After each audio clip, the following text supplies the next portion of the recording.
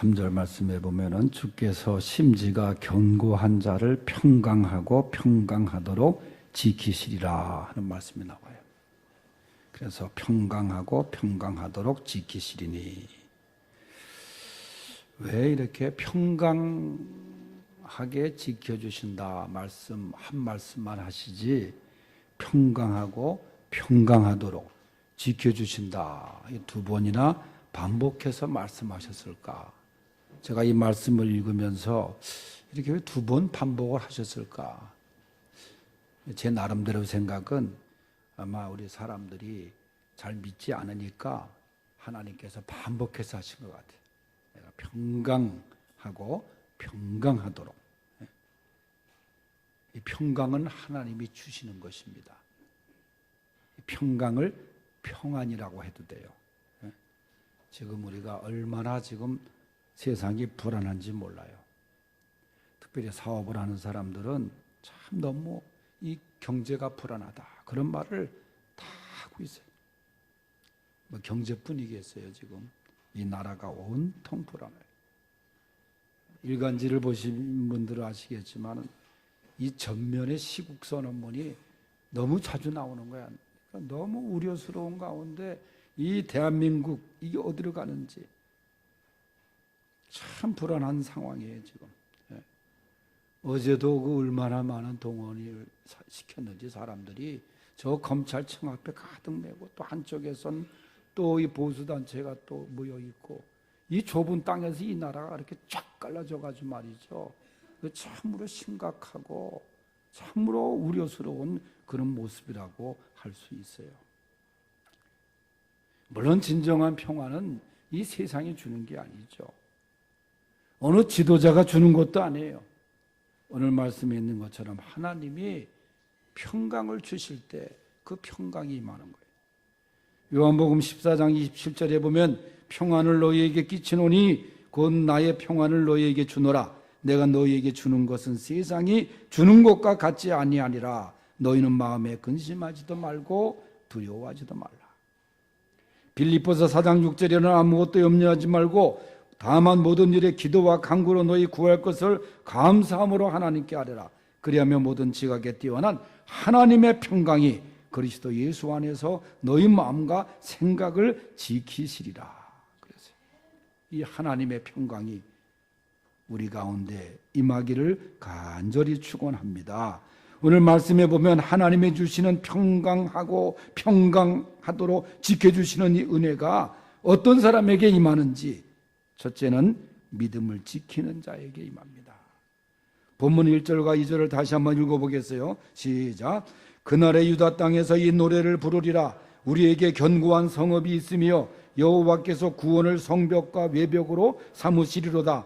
너희는 문들을 열고 신의를 지키는 의로운 나라가 들어오게 할지어다. 아멘. 여러분, 이 말씀은 유대 나라가 멸망하기 직전에 선지자 이사야를 통해서 들려주신 말씀입니다. 그러니까 이 말씀을 들을 때는 아직 유대 나라가 망하기 전이에요.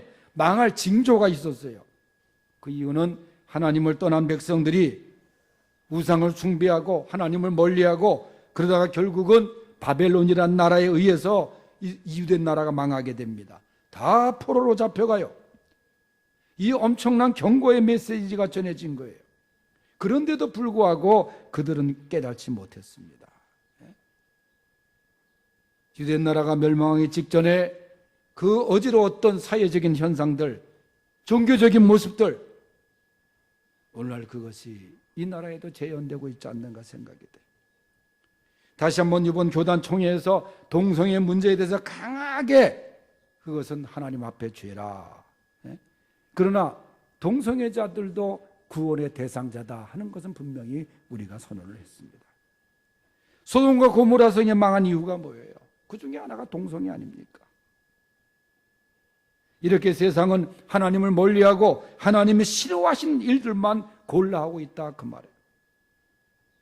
그러다 보니까 유대 백성들이 바벨론에 의해서 멸망을 당하고 다 포로로 끌려갑니다.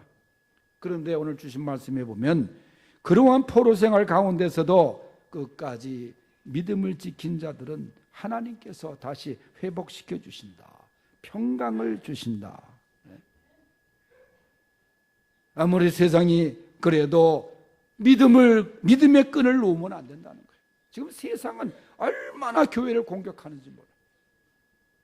이번 총회 때 보니까 아예 JTBC는 신앙 중계를 총회 석상 앞에서 아나운서 오고 그 김영면이라는 우리 교단의 목사 아들하고 둘이 앉아서 중계를 하고 있어요. 뉴스를 보도하고 말이죠. 부정적인 그런 면들을 계속해서 부각시키면서 말이죠. 지금 기독교가 계속 이렇게 세상에 주시를 당하고 공격을 당하기도 하고 말이죠. 물론 반성할 것은 반성해야 되겠지만은 이 믿음을 지키기가, 믿음 생활하기가 얼마나 어려운지 몰라요. 하나님께서 믿음을 지키는 자의 평강으로 지켜주신다. 여기 말씀해 보면 우리에게 견고한 성읍이 있다 그랬어요. 아무리 강한 세상의 바벨론이라도 침공할 수 없다는 거예요. 하나님이 보호하신다는 거예요. 하나님이 허락하신 견고한 성읍은 결코 무너지지 않는다는 겁니다. 그래서 4절에는 그 표현을 너희는 여호와를 영원히 신뢰하라. 주 여호와는 영원한 반석이시로다. 그렇게 말씀하고 있어요. 굳건한 반석 되신. 믿음을 잘 지켜 견고한 성읍으로 보호받고 평강과 평강으로 인도함을 받는 은혜가 있기를 바랍니다. 두 번째는 심지가 견고한 자를 평강하고 평강하도록 지켜주십니다. 3절을 다 같이 읽어보겠어요. 시작. 주께서 심지가 견고한 자를 평강하고 평강하도록 지키시리니 이는 그가 주를 신뢰함이니이다. 아멘. 심지가 견고한 자, 이 말은 믿음에 굳게 서고 믿음의 의지가 강한 것을 말해요. 믿음의 변덕이 있어서는 안 되는 거예요. 믿음 생활하다 보면은 그렇게 변덕을 부리는 사람들이 많습니다. 그렇게 열심히 봉사하더니 갑자기 어느 날 그것을 중단해 버려요. 제가 알고 있는 어떤 연예인은 그 믿음 생활 열심히 한다고 하면서 그 개척교회 하는 교회 나가면서 건축원금을 자기가 적지 않게 했다는 거예요. 근데 그 목사님하고 사이가 안 좋았어요. 저한테 자기가 한 헌금을 받으러 이번 주일에 가겠대. 그래서 내가 그랬어요. 그 목사한테 헌금한 거냐, 그 하나님 앞에 한 거냐. 하나님 앞에 헌금을 드렸으면 그대로 드려야지 왜 그걸 다시 찾으러 가냐 그 말이에요. 이거 다른 교회 얘기입니다. 우리 교회는 아니고. 믿음의 뿌리를 깊게 내려야 된다는 거예요. 다니엘 1장 8절에 보면은 다니엘을 말할 때 다니엘은 뜻을 정해서 왕의 음식과 그가 마시는 포도주로 자기를 더럽히지 아니하리라 말씀했어요. 굳건하게 뜻을 정하고 다니엘은 목숨의 위협을 받아도 왕의 명령도 거부했다는 거예요. 우상하게 드려진 음식을 거절하고 믿음의 지절을 분명하게 지켰다는 거예요. 또 한 번의 위기가 뭡니까? 왕이 만든 금신상에게 누구든지 절을 하지 아니하면 풀물 속에 던져버리리라. 그런 임금의 명령도 그는 무시하고 믿음의 지절을 지켰어요. 왕이 부릅니다.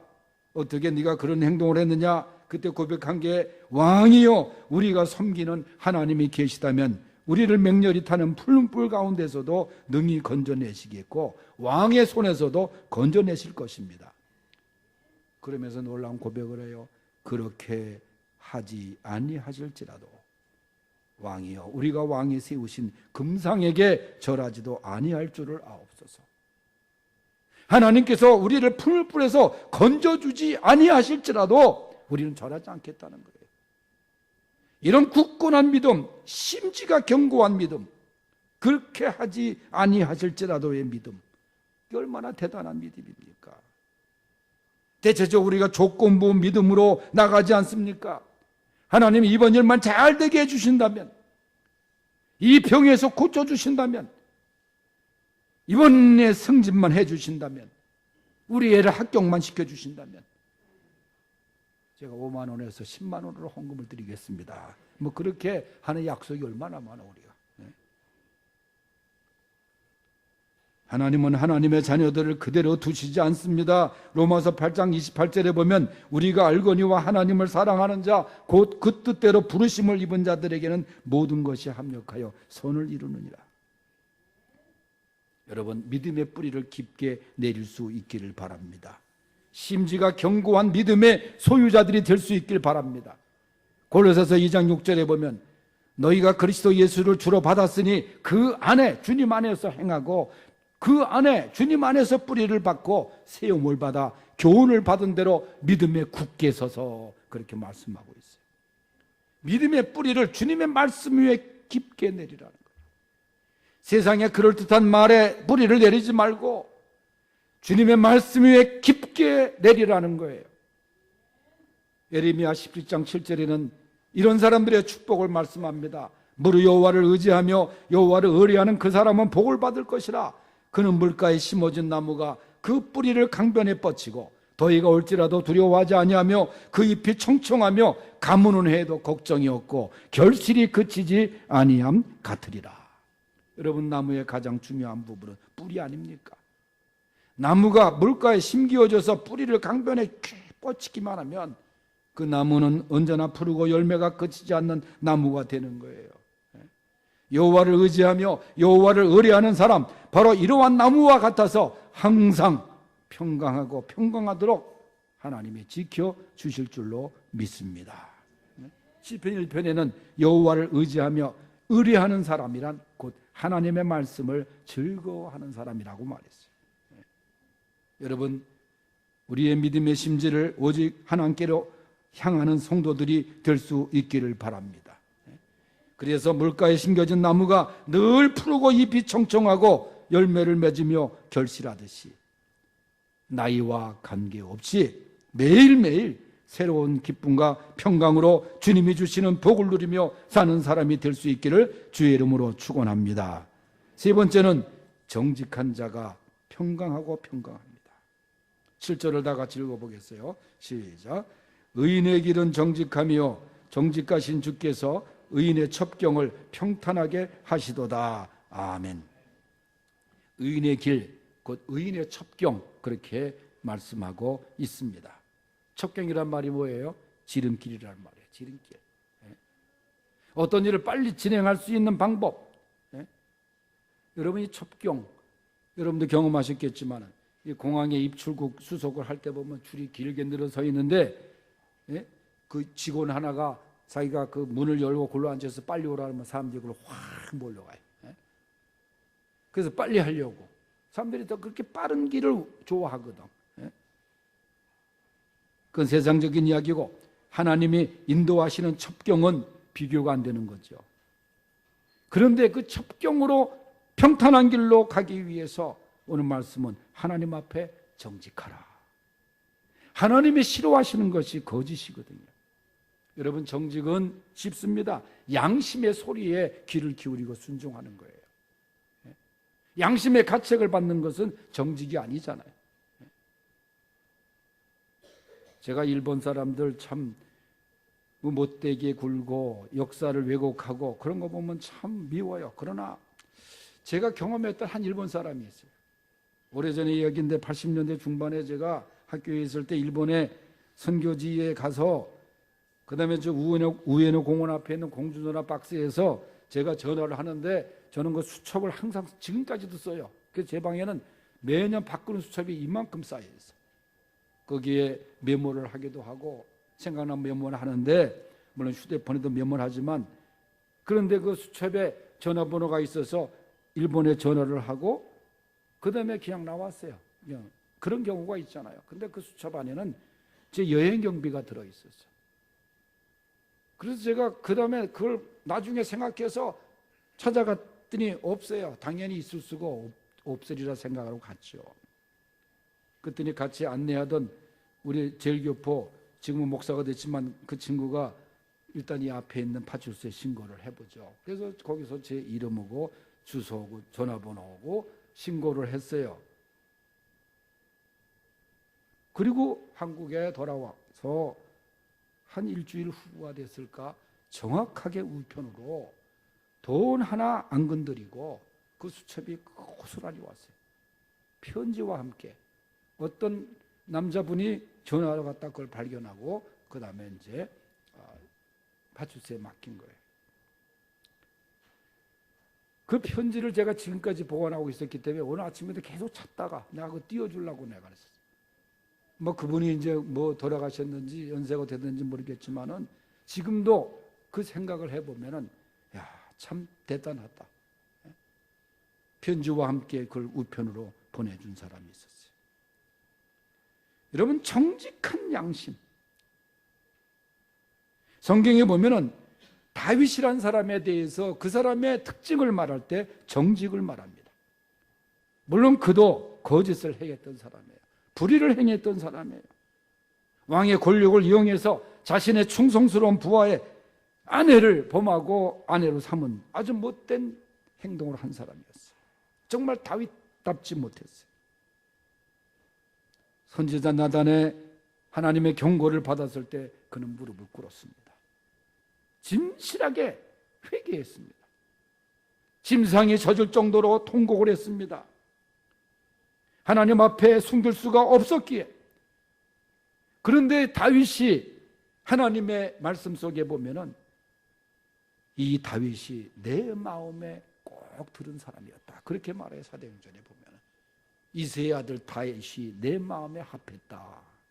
여러분, 다윗의 어떤 점이 그렇게 했어요? 다윗도 죄성이 있는 사람이에요. 그러나 다윗이 하나님 앞에 진실하게, 하나님 앞에 솔직하게 손들고 회개하고 나오는 그 모습. 다윗의 기도는 하나님 저에게 정직한 영을 새롭게 하옵소서, 그런 기도였습니다. 정직은 하나님과 나와의 바른 관계입니다. 하나님이 원하시는 모습은 정직입니다. 진실입니다. 하나님 앞에 정직하면 사람 앞에서 정직할 수밖에 없는 거예요. 우리 모두 하나님 앞에 정직해서 평강에서 평강으로 인도함을 받는 성도들이 되시기를 축원합니다. 평안을 너에게 주노라. 세상이 줄 수 없는, 세상이 알 수도 없는 평안, 이 평안을 너희에게 주노라. 이 찬양을 드리고 기도하겠습니다.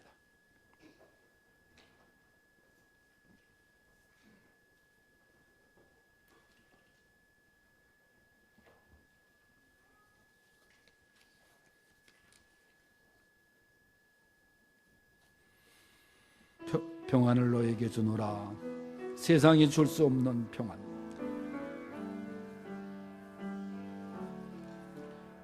평안을 너에게 주노라.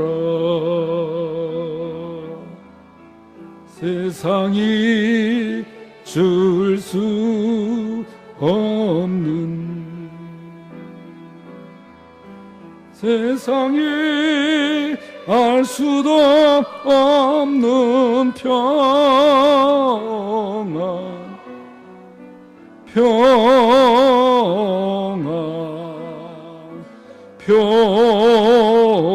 평안, 평안을 내게 주노라. 다시 한번 평안을 너에게 주노라. 평안을 너에게 주노라. 세상이 줄 수 없는, 세상이 알 수도 없는 평안, 평안, 평안, 평안을 내게 주노라.